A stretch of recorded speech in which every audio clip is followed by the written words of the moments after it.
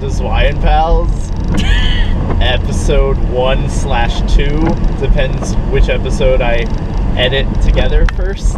What we're trying to do here is basically we are going to be talking about what we think of movies directly after we watch them on the ride home. I am Alex. Well, people call me Zwi, and that's why it's called ZwiaAndPals. And this is one of my pals, Jenny, who I'm not sure is even on camera right now. Today we are off to go see Jem and the Holograms. Most epic adventure.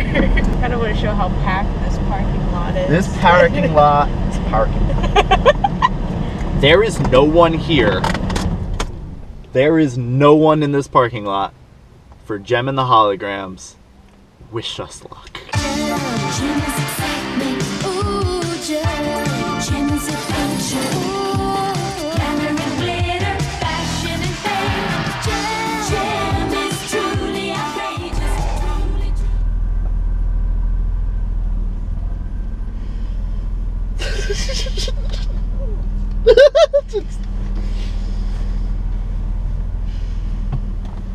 Oh my god. Okay. That movie was bad. I don't know. I don't know where to start. Oh my god. Okay. So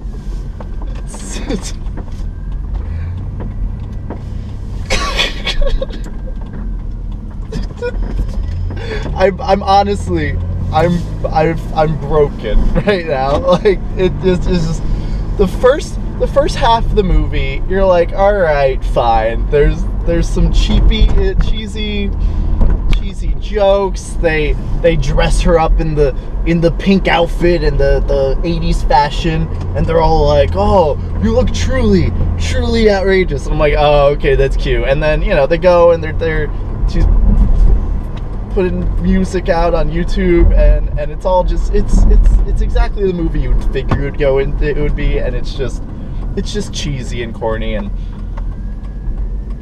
then as it goes, it's just dumb. It's just they go and in the beginning of the movie, oh god, and the robot, there's so much to say. They have her, oh god, I have to drive. Oh my god. It hurts. This movie hurt me. Nothing makes sense. They threw in just random shit. The entire movie is basically you got a couple plots going. You have Jem or Jerica. Her name is Jerica. She goes and makes this internet personality. YouTube is this huge thing that they're like, they put a video on YouTube, and by the next day she's getting like, contracts signed and shit. And it's like, all right, yeah, that makes no sense.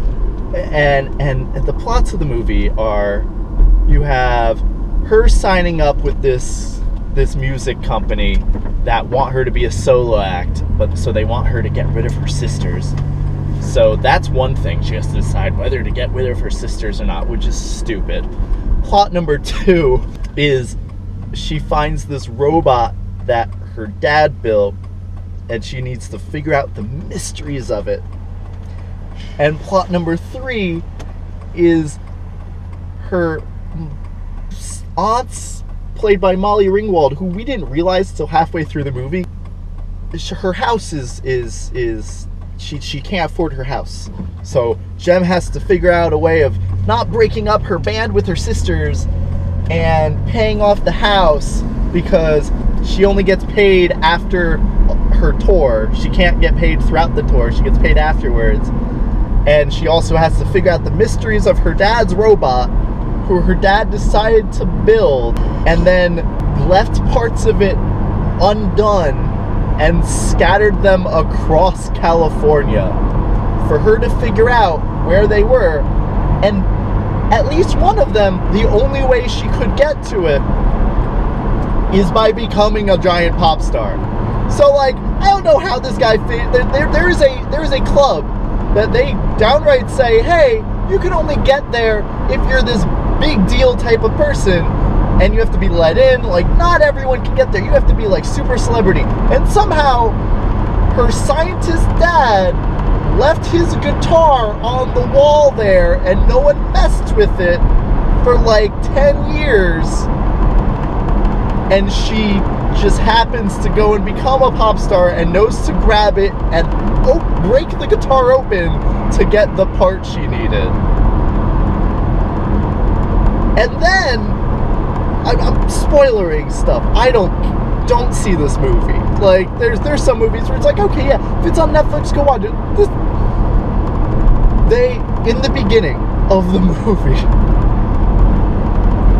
she's wearing these earrings that her dad gave her, these little pop star earrings, and the villain, I guess, her manager, is just like, oh, you need a new look, I don't like these earrings, takes them and puts them in her private safe in her office.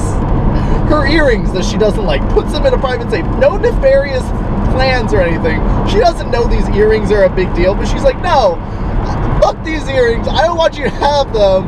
Takes them, puts them in a safe, and then at the end of the movie, throughout the whole movie, her dad had like one hint that her gifts will help unlock the secret of the robot. Her gifts. And you're thinking, oh, this is like a metaphor for like who she is as a person, or her talent with singing, or something. It's gotta mean something about her as a person. No, it's actually the earring gifts that he gave her unlock the robot. And the end, like, act of the movie is, for no reason, they have to break into this woman's office to steal back the earrings that she took from her in the beginning of the movie, when they could have just waited till the next day and been like, hey, you know those earrings you got? Is it cool if we get them back?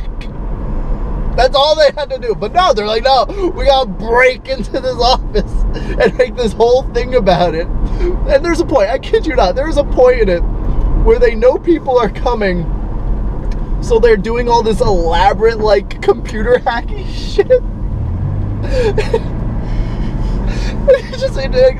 They go and they log into a computer that's in another side of the office to play really loud music so that the boss woman and her security can get distracted for it for less than like 10 seconds. They go into the room to see that the music is playing on the computer.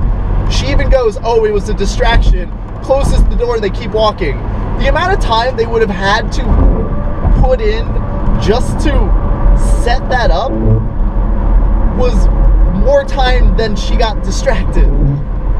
And then they proceed to have the security guards are watching the security cameras, and they call down, be like, hey, if you see Jerica and her boyfriend, don't let them out. You know, and he's like, oh, I'm watching the security cameras now. There's nothing suspicious. I see nothing. And then they proceed to hack the security cameras to show YouTube videos of a squirrel on a jet ski. And he's like, oh, I love this. This is great. This is a good time. I love this video. And I'm just like, you're security guard. And they just said, hey, look out for something suspicious. There's a squirrel on a jet ski on all of your monitors. That you should be at least, hey, something fucking weird's going on, right?